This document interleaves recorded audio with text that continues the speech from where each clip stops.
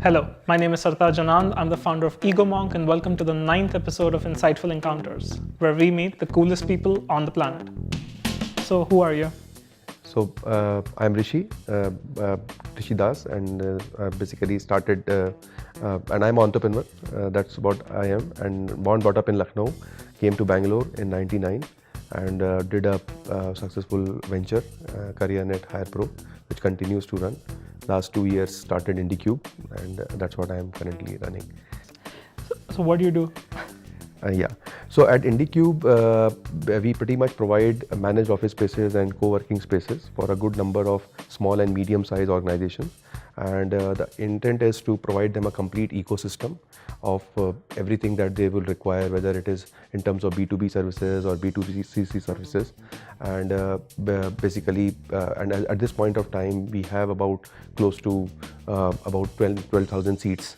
So you do a lot of things.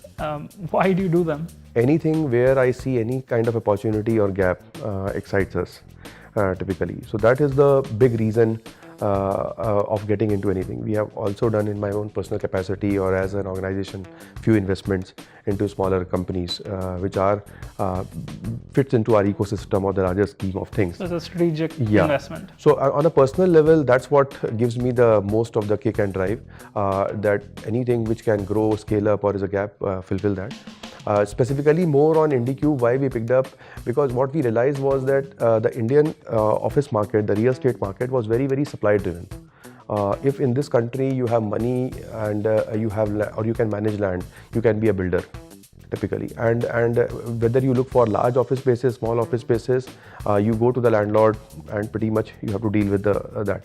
We said that this business requires a demand side focus, and we found the market was very, very underserved. Whether you look in locations in Koramangala, HSR, Indranagar, all these basically startup hubs, you find independent buildings, a restaurant running at the top floor, a grocery or a retail store running on the ground floor kind of thing, and offices running over there. You don't know whether DGVs will work or not, whether lifts will function or not, whether your deposits will be returned on time or not. So massive risk. Massive risk. So we found that basically that there is a big gap in the market for small and medium-sized workspaces, typically managed office spaces. And that's the area we picked up. The other thing we realized that these organizations have a very different kind of a need. These organizations require a lot of flexibility. Any startup that you work with, you can't expect them to tell you 5 years down the line how large we will be. So they even don't know what they will be in 4 quarters. So flexibility is a big key thing for them. So what do you love about the business? So many aspects. The biggest thing that we love is the growth that we have seen for a lot of companies that started with us. Basically, like if you look at a company like Fresh Menu, when they came to us, they were about 10 to 12 people. Now they are at about 140 people. Wow. Yeah, a company like Bluestone, when they came to us with about 40, 45 people, now they are about 350 people working out of our communes. So in your experience, what's the difficult part? What do you hate about it? We are not, in the IndiQube, we are not the real estate guys, basically. We clearly are B2B guys, the services guys, demand-led folks, understand technology typically and understand the employee behavior, the demand-side behavior. So there are aspects which are new to us when you look at real estate. Even though we don't own any of the buildings, there is a good amount of statutory part that you have to do. That's something we are learning, and that's a lot of times you know it is necessary, but you don't essentially enjoy that part of the business. The other aspect has been that attracting good people, especially from the real estate backgrounds, is a bit of a challenge, because large parts of real estate in India has been very, very unorganized.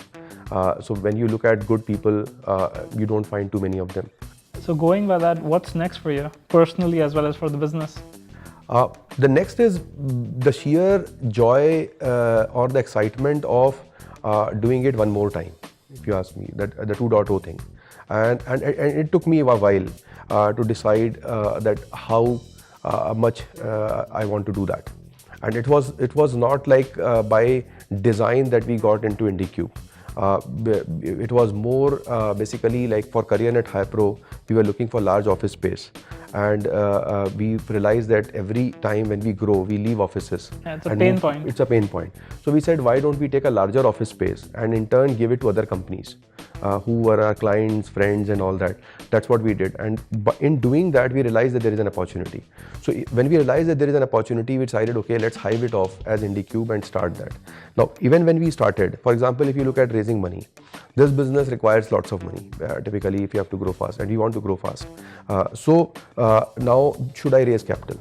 I have been an entrepreneur where I have not raised any debt, forget about equity. Now, if you bring equity, a lot of my friends who are our well-wishers advise us that why are you doing it? At this juncture in your career, why you want to be accountable to somebody else when you have been accountable just to yourself all these years. So it took me almost 12 to 18 months to get to that level. Having that clarity. Yes, having that clarity. It's like basically when you give birth to a child, basically it's a big mental orientation. So it's a lot of commitment.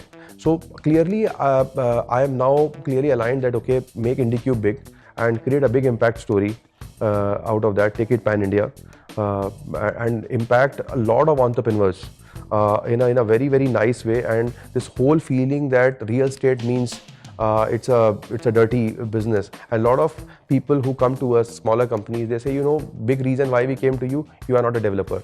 Well, this is extremely exciting. I'm extremely happy to have had this conversation with you, and we wish you good luck. Thanks, Sartaj, and then good job. And you guys are doing exceptionally well. And this is, I'm very happy that this will have a good impact for a lot of entrepreneurs.